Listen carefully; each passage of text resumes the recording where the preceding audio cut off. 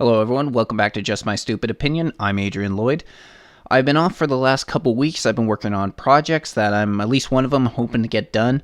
Hopefully by the end of the weekend, a video that I'm working on. But I had to come back and comment on something because I just saw this today and it absolutely disgusted me and horrified me that the government of Canada would do this. More specifically, Ralph Goodale. Now, the last video that I did was called Canada's Ministry of Truth. And in there, I was talking about how the government of Canada had removed any mention to Sikh extremism in the 2018 public report on the terrorism threat to Canada. This is the 2018 public safety report. It's very important to members of the public, members of law enforcement and national security. It's very important because it tells us where we're facing the most threat from, where is the probability of most violence going to be coming from. And when Ralph Goodale ended up removing this, he's actually putting everybody in danger by doing so, because he is pandering to this one specific group. I mean, the request was made by Harjit Sajjan and by Sikh groups in Canada in order to get this removed, because they found it as offensive that they would label the entire Sikh community. Well, Ralph Goodale has just done it again. Just 2 or 3 weeks after he removed Sikh extremism, he has now removed any reference to Sunni or Shia extremism in Canada as a possible threat. This ended up just coming out from Global News. I think last night was when it first broke, but I saw the news earlier today. There we go. So, government removes all mention of Sunni and Shia extremism from terrorism threat report. This was on the 2nd of May. The government has again revised a report that is supposed to update Canadians on the major terrorist threat they face, removing all references to Islamic extremism. While the report, first released in December, had initially identified attackers inspired by violent Sunni Islamic ideology as the main terrorist threat to Canada, that line has now been cut. All mentions of Sunni and Shia extremism were also taken out of the annual report, along with sections heading on both types of terrorism. So this is an atrocious thing that you could possibly do. I mean, it was bad enough when you did that for Sikh extremism, making any reference of there, just because the Sikhs were pissed off about it. But now you've done it in what is actually the biggest terrorist threat to Canada, which is Islamic extremism. These sort of attacks have been carried out all over the world recently, even in places such as Europe, and we know about what ended up happening in Sri Lanka over Easter Sunday, about how there were over 200 people that ended up getting killed, if I'm remembering my numbers correctly. But anyway, deaths were in the triple digits, and there were hundreds more who ended up injured by a series of bombings in Sri Lanka that has now been carried out by Muslim extremists and has been taken credit for by the Islamic State. And just a few days ago, Abu Bakr al-Baghdadi, who is the head of the Islamic State, just reappeared on camera for the first time in 5 years. Now, I actually have questions if this is the real al-Baghdadi. He changed a lot since the last time we saw him publicly, but that is neither here nor there for this. One thing that when I heard about al-Baghdadi and putting out this video is that I felt that this would probably lead over the next few months to a rise in Islamic attacks, because now they have a leader of the caliphate. Even though they've been more or less driven out of Syria and Iraq, he came publicly and said that he wanted them to once again rise up and make more attacks against the West. And now they've removed any reference to Muslim extremism, but they still kept the reference to right-wing extremism. Can you fucking believe that? Anyway, we have this quick video from what Ralph Goodale ended up saying about why he removed it, and we're not going to watch the whole thing. It's about 1:40. We just want to hear the first little bit. There's no weakening in the security situation whatsoever. We undertook to make sure that the language used in the public threat report. Oh, for fuck's sakes! It just keeps freezing up on me. I don't know why. There's no weakening in the security situation whatsoever. We undertook to make sure that the language used in the public threat report was expressed in a way that did not impugn or condemn an entire religion. The issue here are people who engage in terrorist activity that. All right, we're not going to listen anymore because it kept cutting in and out. I don't know whether that's my computer or whether that's just the shitty website of Global News. But so he took it out because he didn't want to impugn, I believe, it was the word that he used, on an entire religion. So an entire group of people. But they have no problem doing it the other way around. Let's not forget that many of the Liberal Party came out in order to condemn white supremacy after the Christchurch attack. They ended up going this. Chrystia Freeland ended up talking to our European allies and wanting them to condemn it, which actually we just found out did not go over so well for her, and that many were refusing to do so. She ended up going to the UN, where she condemned white supremacy to everybody. You know, the Muslim-dominated UN. And actually, Emmanuel Macron came out very recently to talk about how Islamic extremism has now become a problem in France. Who would have guessed? Because now they're trying to cause a breakaway civilization over there, and it is actually affecting the way that France operates, and it's affecting the safety of France. Something that we've known for years, but the government of France finally had to come out and admit it, which is saying a lot if they're coming out and having to admit it. But the thing is we have the stats to back up about the threat that radical Islam faces to the West. They like to paint right-wing extremism as the biggest threat to Canada, but the funny thing is about that, they don't have the stats to back that up.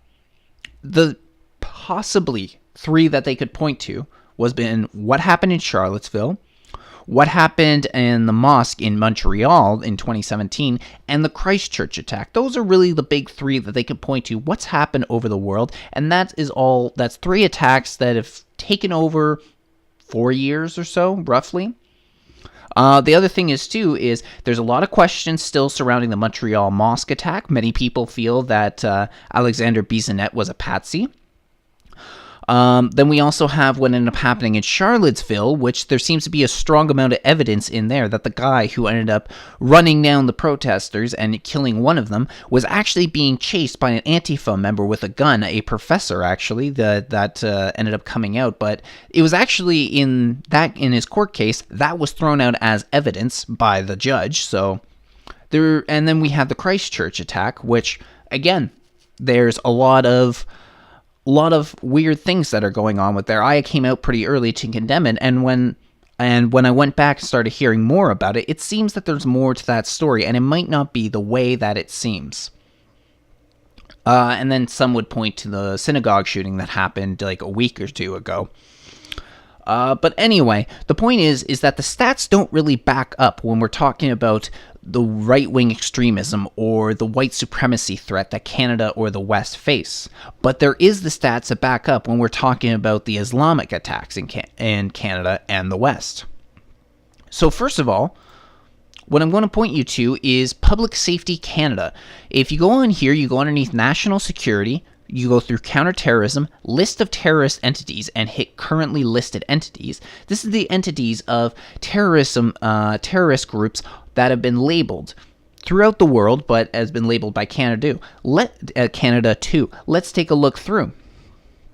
As you can see here, we've got Al-Qaeda and its other affiliate groups. We got Al-Shabaab, we got Al-Gama al-Islamiyah, Ansar al-Islam, Armed Islamic Group, Boko Haram, Hamas, Hezbollah, International Relief Fund for the Afflicted and Needy, or IRFAN, which IRFAN has been talked about a lot by the Quiggin Report. They have been talking about the sort of threats that IRFAN face, and I believe that was actually in his three-parter where he talked about Canada funding terrorism groups, and he was talking about IRFAM, Islamic Movement of Uzbekistan, and then the Islamic State and a couple other subsidiaries of the Islamic State, Jaish-e-Mohammed, Jaish al-Muhajirin wal Ansar, Movement of Oneness and Jihad in West Africa, the Taliban, Tehrik-e-Taliban Pakistan.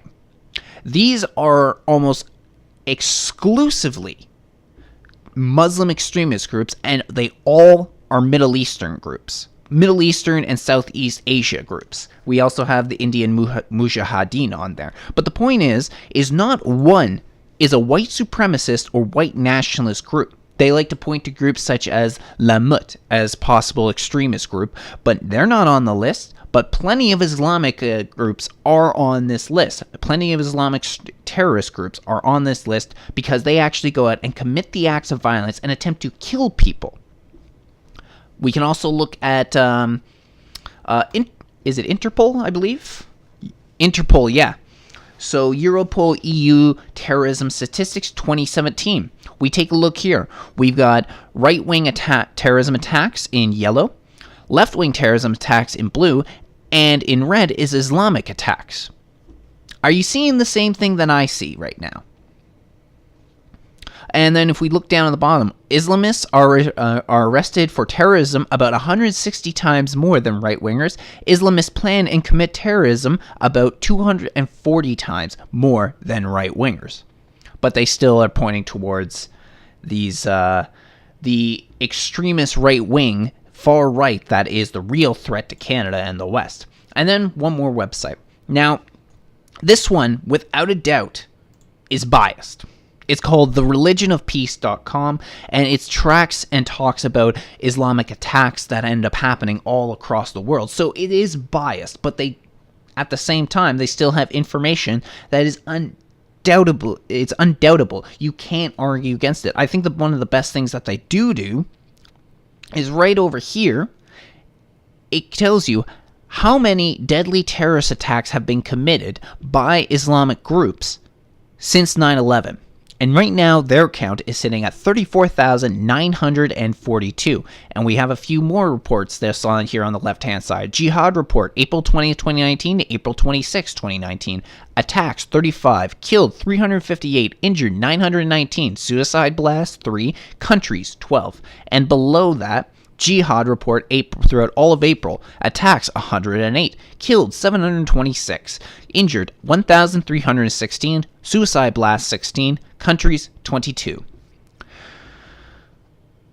So with all this that's going on, they're still going to sit there and say that right-wing extremism is the problem. But it's what is an even bigger danger than that is the fact that this is the information that the public has the right to know what the government of Canada considers a threat to our country, to our citizens. And when you take that information out, you put everybody in danger. This sort of control over this sort of information is unacceptable. And this is why I was already saying that in the last video I did, Canada's Ministry of Truth, it's dangerous. And the main thing is just how they're controlling the information, controlling what you're allowed to hear. Now, if we had more of a Big Brother society like it was laid out in 1984, all this information would be completely erased, and they would deny. They would say that right from the get-go, there was no mention of Sikh extremism, there was no mention of Sunni and Shia extremism. Now, they don't have that sort of authority yet. I mean, they would probably gladly take it if we allowed them.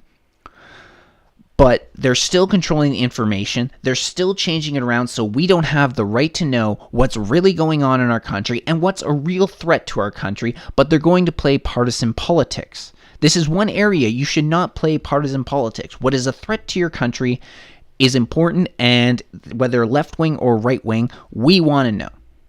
But they don't ever bring up any right-wing extremist groups that are actually a threat to Canada that commit acts of violence.